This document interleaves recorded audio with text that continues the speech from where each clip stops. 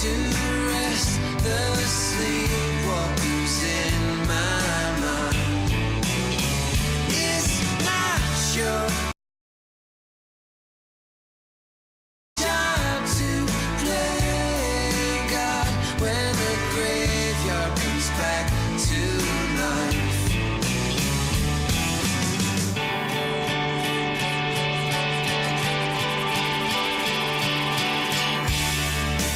On a wasted time, trying to become someone else. Well, you taught me a thing or two. It took a while to catch up with where I am now. And if we had another run, we'd blow that scene apart. I guess I never put to rest the sleepwalkers in my mind. It's not your job to play God when the graveyard comes back to life.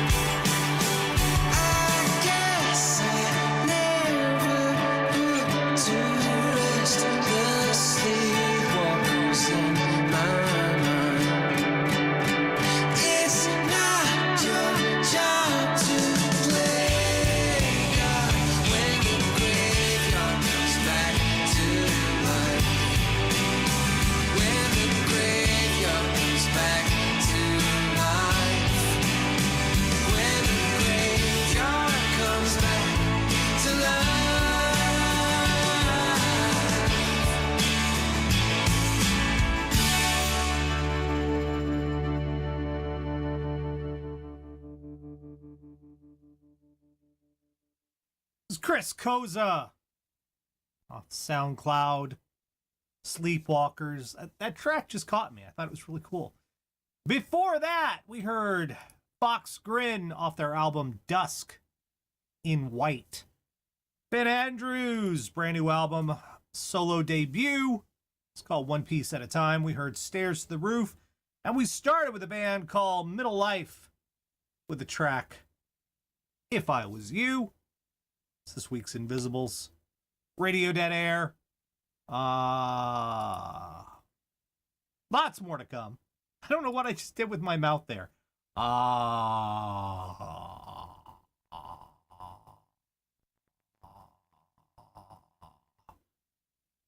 That's how I feel these days. That's what's in my heart.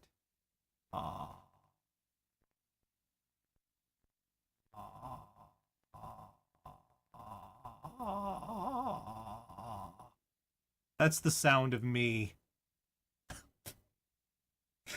Lots more to come. Taking requests. Send those to requests@radiodeadair.com. Okay. Captain Marvel. Saw it yesterday. First of all, shout out to the Jaggles in the theater who could not shut the fuck up. Didn't help.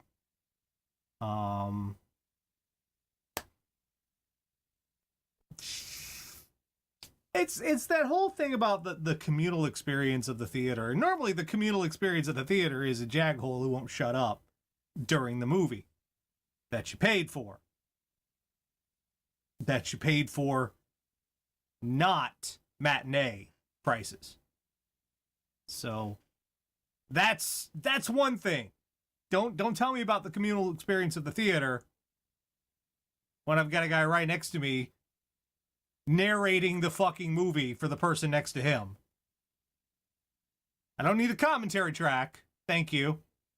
That's what the DVD is for. I'll pay for that when it comes out. Thanks a bundle. I'm not gonna spoil the fucking movie. God, every fucking time. Do you guys like not read movie reviews at all? Or pay attention to buzz around films? Just like, I don't want to hear about it. So, did a lot of things right. Let's start with the stuff it did right. Brie Larson was bang on perfect. Carol is cocky and headstrong and willing to fucking throw down, and that is Carol. And Brie Larson nailed that. I love the interactions between her and Samuel L. Jackson. They have very good chemistry on screen together. It's some of my favorite stuff in the movie was Brie Larson and Nick was Carol and Nick Fury and Carol. There's some nice back and forth there, and it went. I liked it. It was good. They had some good chemistry there. Ben Mendelsohn steals every scene he's in. He is having a ball in this movie. Every time Ben Mendelsohn shows up, he just he goes for it, and it is hilarious. He's great. He's fantastic. I loved him since the first thing I really saw him in was Rogue One. And I love his performance is what helped sell that movie to me, among other things. But he's great in this. I would just hang out and watch Ben Mendelsohn, make dinner and comment on it while he was doing it. That sounds like it would be fun. He's a good actor, and a really important thing about Ben Mendelsohn, and we'll talk about him as opposed to Jude Law. Ben Mendelsohn is the kind of supporting actor who gives his actors something to feed off of. Everyone else in the room with him, he's challenging them with his performance. And not in the, I'm better than you. He was challenging them in the way that, okay, I'm going to give you this. Give me something back. Let's go. Let's snap back and forth, it's an important, acting is reacting and all of that. Ben Mendelsohn is basically feeding everyone in the scene with him. And everyone is better for it. Everyone he's working with in a scene is better for, their performances are better because he's good. And I can't say enough good things about his performance in this one. Effects were great, because there's a standard, and this is a little bit of a part of the problem. I'll get into this. There's a standard you expect going into a Marvel movie now. They've kind of nailed it. There is a certain threshold that most other movies tend to fall under. When you go in to see a Marvel movie, you're going to be entertained. They have kind of nailed this down. You're going to be getting a certain level of entertainment. It's a very good brand they have established. I hate saying it, but that's what it is. It's a brand of filmmaking they've set up.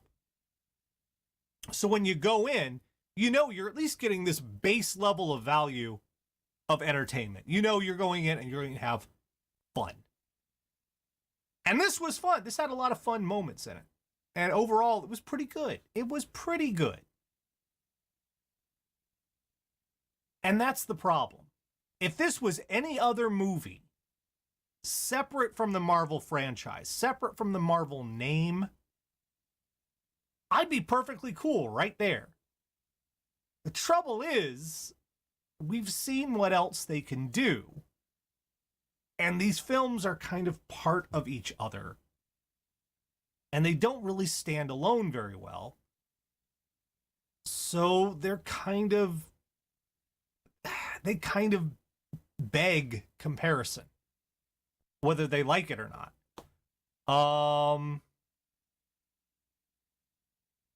And that's it's frustrating because while I did enjoy this one,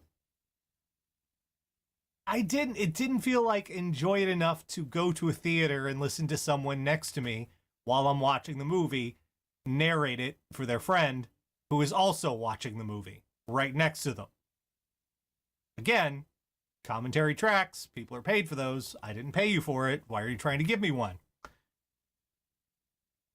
Is it in the top 10? It's close. There are some issues, and I suspect I kind of know why these issues cropped up. Number one, initially Captain Marvel was supposed to be much earlier in the storyline of all these films.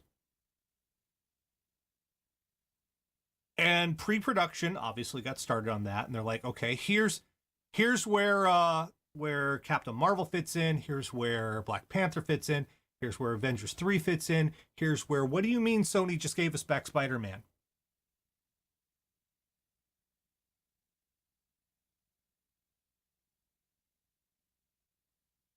Okay, let's move everything down the line. But we already plotted out these links and stuff. No, move it down the line. Spider-Man's back. But Captain Marvel, we've been prepping. Nope, Spidey's here. Why would you do this to me? Why would you do this to me?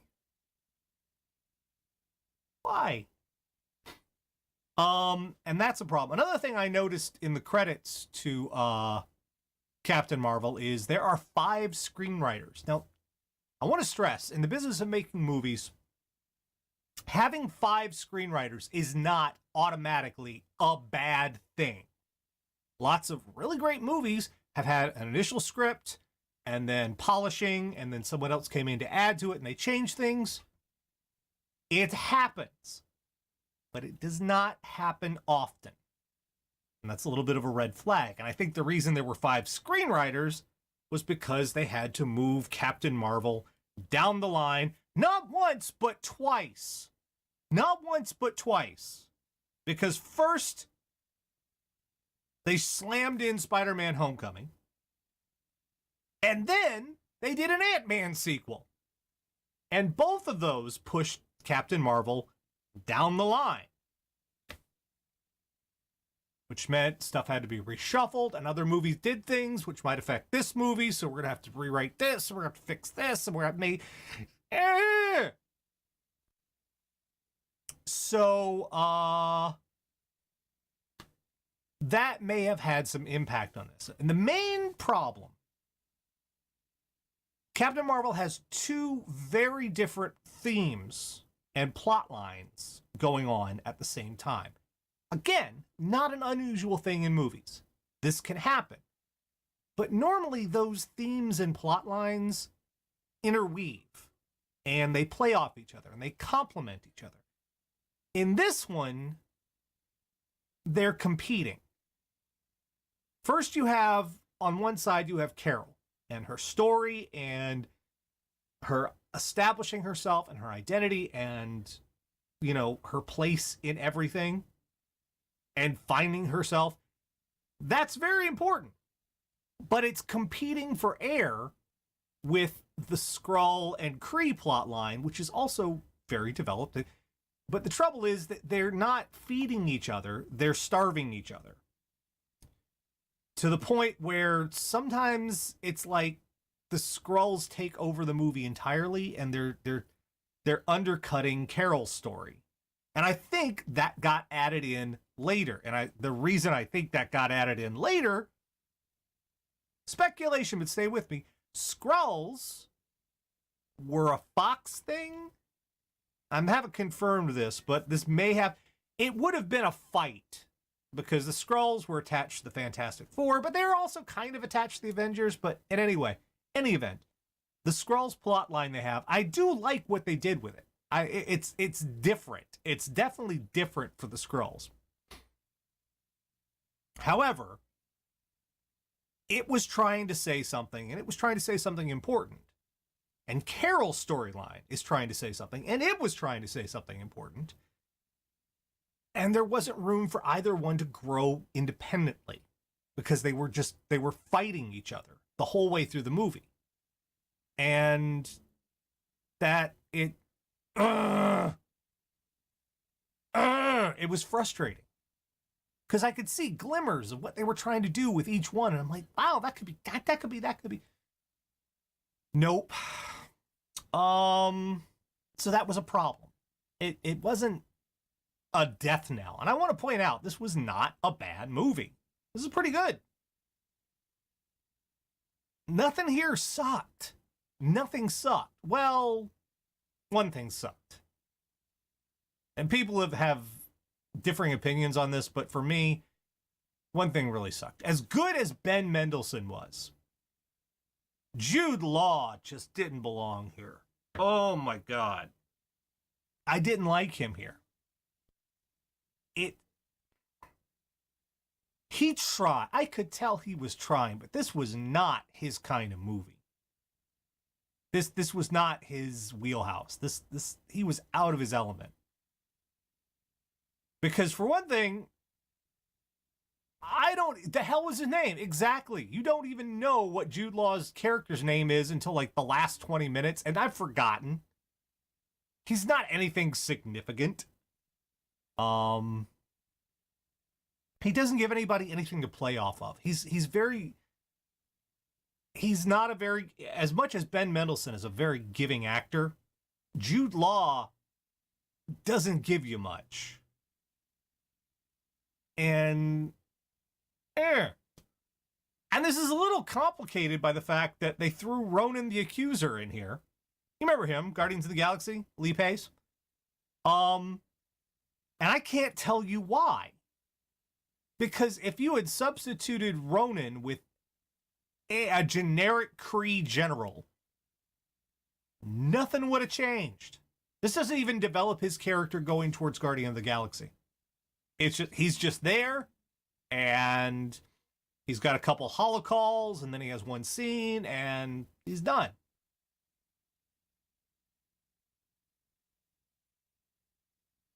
It was pretty much one of those, hey, look at here, you remember this dude? He was in the other movie. There you go. Connection, shared universe, woohoo! And,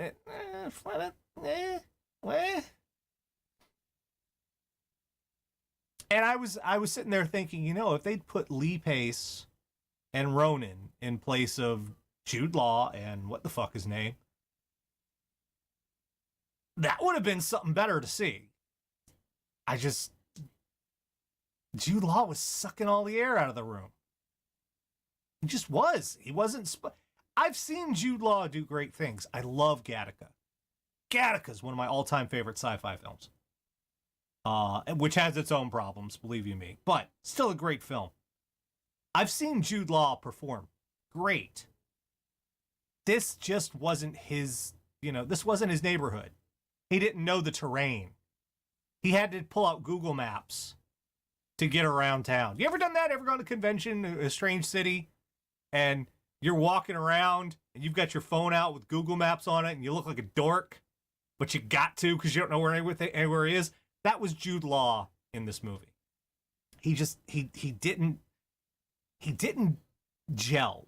He didn't come together. And probably, like I was saying earlier, the Marvel movies invite comparison to each other because they're all connected to one another. Man, did Black Panther make everything harder for everybody. In terms of direction and performances and writing and themes. And I tell you what, that scene where Killmonger talks to his dad in Black Panther still fucking floors me. That is one of the most... I was not expecting Marvel to have that and that level and that complexity and the what. Oh my God. That's still like of all the crazy shit we've seen in Marvel movies, that scene is by far the most astounding to me. Not just because of the content, but because of the way it was shot and the direction and the performances. It was just magnificent. It was fucking heart-wrenching. You know? And in you have to compare it to Captain Marvel because they're all in a shared universe. They're all kind of this, and this was just okay next to that. And that's fucked up because if this was outside of the Marvel universe, if this was set aside on its own, like Into the Spider-Verse was set aside on its own, big fucking difference. Because what are you comparing it to? What are you connecting it to? Nothing. It's its own thing. Let it go. So it did color my perception of it. And that's unfortunate because this had potential. But I think due to the studio, the shuffle and fucking Ike Perlmutter and all that other stuff, and having to squeeze it in just before this is the penultimate movie of a 10-year storyline. And it's frustrating. I love fucking Carol. The shit Marvel has put Carol Danvers through. Oh, Christ, in the comic. The shit they have put that woman through is ridiculous. Now, that's not to say other women in Marvel, they get off scot-free. Oh, no. She just kind of stands out for the level of awfulness they've put her through. I'm trying to think of some other stuff like, hey, Tara's listening. This one might get her pissed off, and rightly so. Firestar. Firestar, this is from Marvel Comics. Firestar is a mutant who generates microwave energy. And you all know Firestar. Spider-Man and His Amazing Friends. Yeah, Firestar. Yeah, her powers gave her cancer in the comics. That's a thing they did to Firestar. Was it breast cancer? I want to say it's breast cancer because I swear. But yeah, that's a thing they did. That's a fucking thing they did. Fucking Marvel. But yeah, they've never been great, but Carol, the writers who've been working on her, they tried to bring her back strong. They've given her a costume that's not a fucking bathing suit. In fact, the costume you see in the movie, that's Carol's costume in the comics now. Yeah, it's breast cancer. Thank you, Tara. That was fuckers.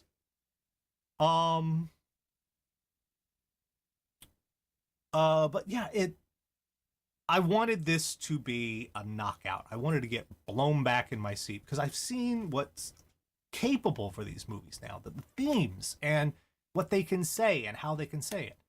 And I'm fully prepared to admit that some of this might have just flown right past me. Some significant stuff because Sarah saw it and really attached to it immediately. And it had a bigger impact on her than it did on me.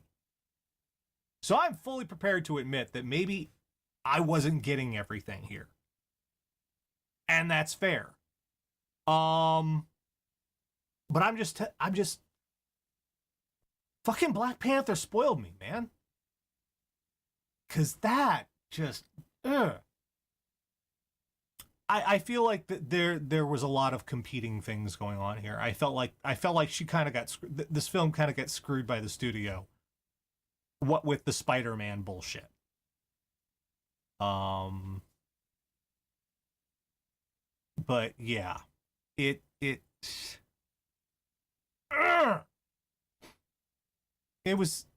were moments.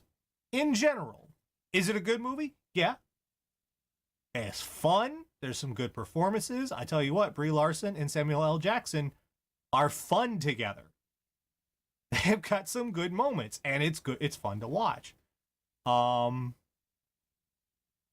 Maybe one or two on the nose music cues, just a little campy. But otherwise, Should you see it? Sure. Will you have fun seeing it? Yeah. Just, man, I wanted. It was a good right cross, but it wasn't a knockout. That's a good way of putting it. It's a solid right cross, but it was not a knockout. And there's gonna be a sequel, which is good. That's the good news here for this. There's going to be a sequel to Captain Marvel. And not just Avengers Endgame, because this thing had the biggest opening weekend, like the 6th biggest opening weekend. So there's gonna be more. That's the good news. They're gonna be able to do more with this. Okie dokie. Fuck yeah.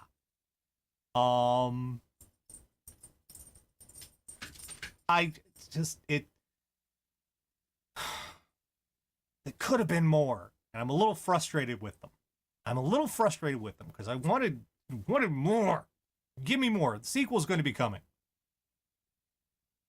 Yeah. So.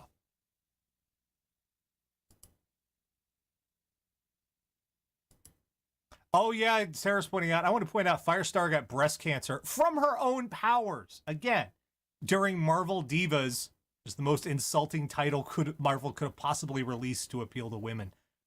What it was like, Marvel Divas. You can look that up. It's like Marvel decided we want to get women to read comics. They don't want superheroes. Let's do Sex in the City, but with superpowers. That's what women want, right? Yeah. Okay. Let's do that.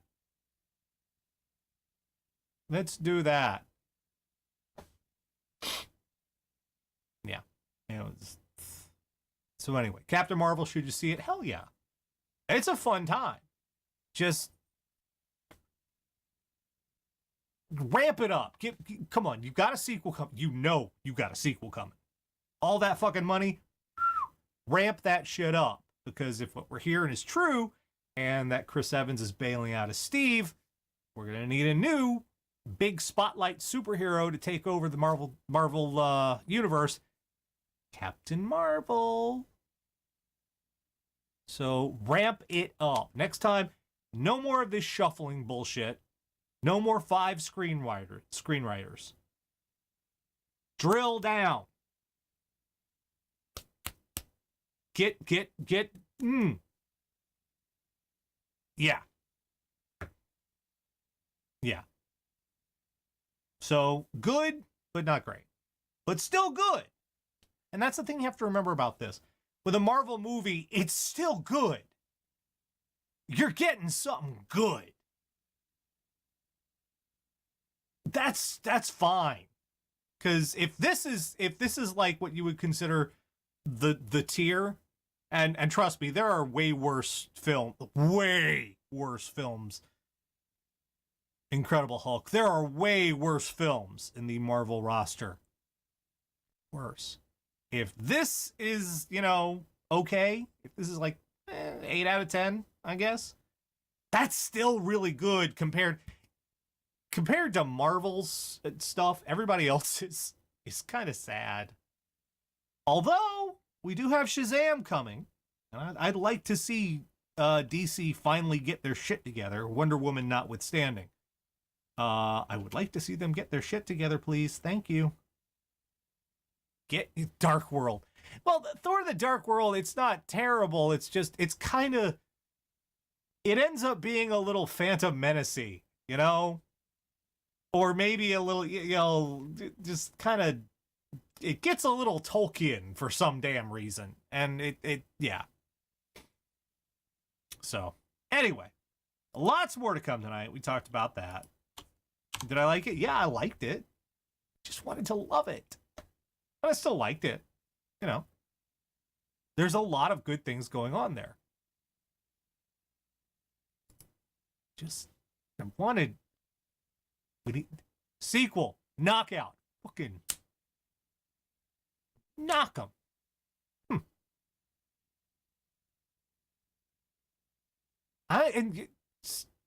It does deserve a sequel. The cat was amazing.